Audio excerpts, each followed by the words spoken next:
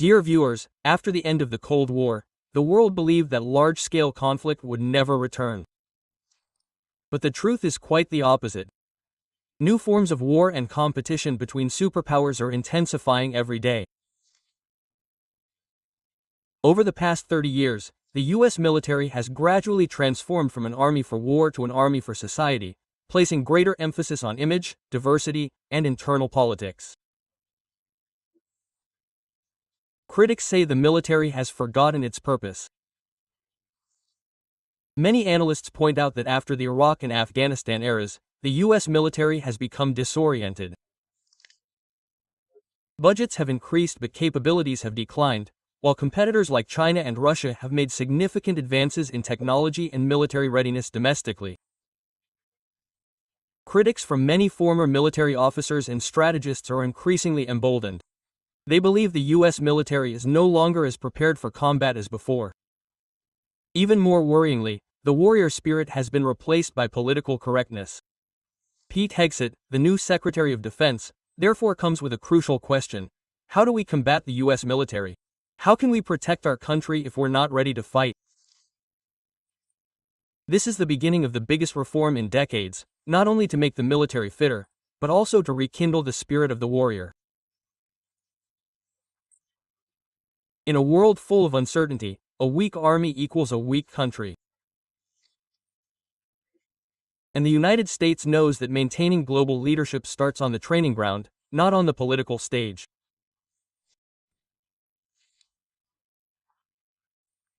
Viewers, the name Pete may not be familiar in global politics, but in American military and conservative circles, he's a true voice, known for his outspokenness and unafraid to speak out where others dare not. Hegseth is a veteran of Iraq and Afghanistan, having lived through real battles and witnessed the transformation of the military firsthand. He always said that wars aren't won by policy, but by blood, sweat, and faith in the nation. After leaving the military, he entered the media world as a host on Fox News, becoming one of the fiercest critics of political thought. In the military, he believes that the excessive push for gender, race, or identity is costing the military the warrior spirit that once made America great. When Hegseth was appointed Secretary of Defense, he didn't talk about technical change but about rekindling the warrior spirit with a slogan that shook the Pentagon. His ideas are clearly based on conservative nationalism. He believes in national power, military dignity, and mental strength, not in pleasing people or creating a good image in society. Some analysts see this as a cultural revolution within the military that could make the United States fearsome again in the eyes of competitors. But at the same time, it could open the door to ideological clashes within the country itself. Because in a world with deep political divisions, trying to rekindle the warrior spirit may no longer be just about the military. It's a war of ideas between modern America and the old America that's returning to you, the audience, after Pete Hegseth. Shortly after assuming the post of Secretary of Defense, one of his first policies was to restore the physical and mental discipline of American soldiers. He clearly stated that war does not choose gender, but rather chooses those who are ready. With this statement, new U.S. military standards were established. Biennial physical fitness tests for all officers, from generals to enlisted personnel, without exception.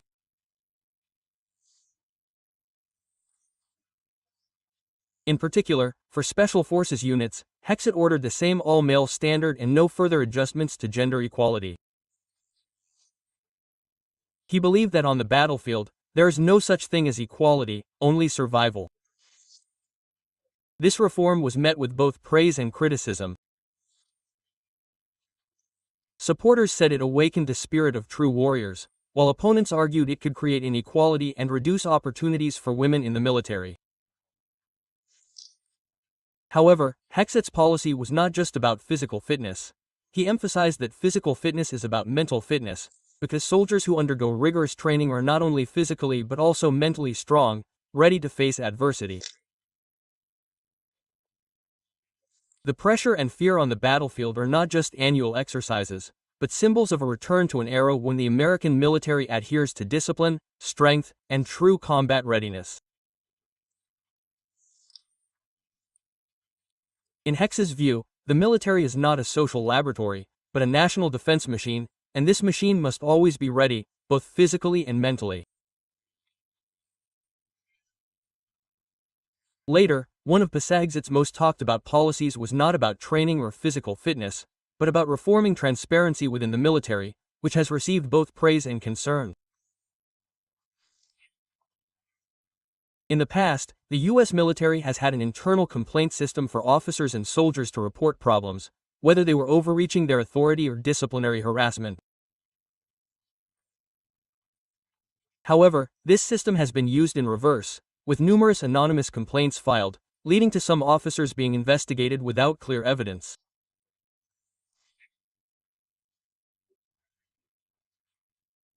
Hegseth saw this as a systemic leak that weakened the military from within, so he ordered the Inspector General's office and the Office of the Equal Opportunity Office must verify the credibility of all complaints within 7 days. This marks the beginning of the introduction of AI into the military's investigation system.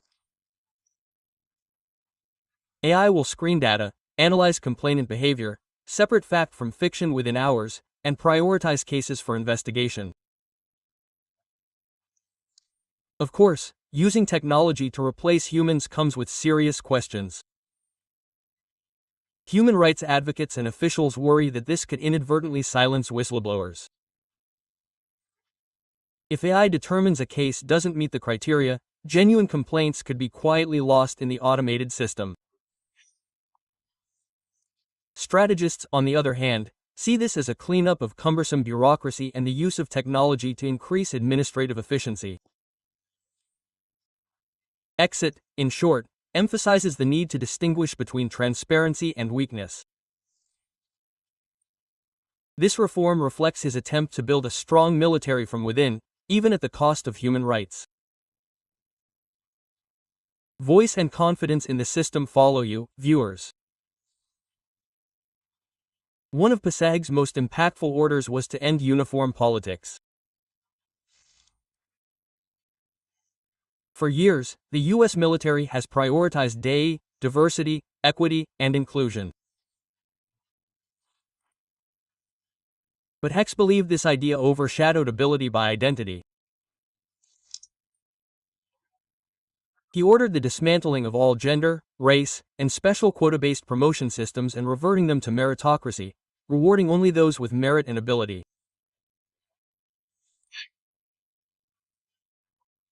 Supporters saw this as restoring uniform justice, but opponents warned it could lead to the military losing diversity and reverting to an era of social isolation. However, Hegseth made it clear that there are no quotas on the battlefield, only victory and defeat. This signaled that the U.S. military was returning to its original principles, an army that stood on task, not politics. Ultimately, what Pete Hegseth sought was not just military reform, but a renewal of spirit.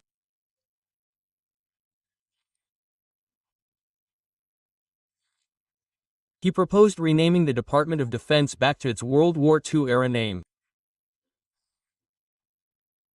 While the official name change requires congressional approval, the declaration of intent reverberated throughout the Pentagon and around the world. The word defense means defense, while war means offensive and victory. This signaled directly from Washington to Beijing and Moscow that the United States was ready to return as a fighting force, not a negotiating force. Geopolitical analysts saw this as a return to realism, or the theory of realist international relations, which believes states must accumulate power to survive in a world without a centralized power. As China expanded its maritime influence and Russia moved into Europe, the United States chose to respond by reviving its warrior spirit. Thus, the Department of War is not just a name for a department. It is a declaration that America will no longer be an observer but will once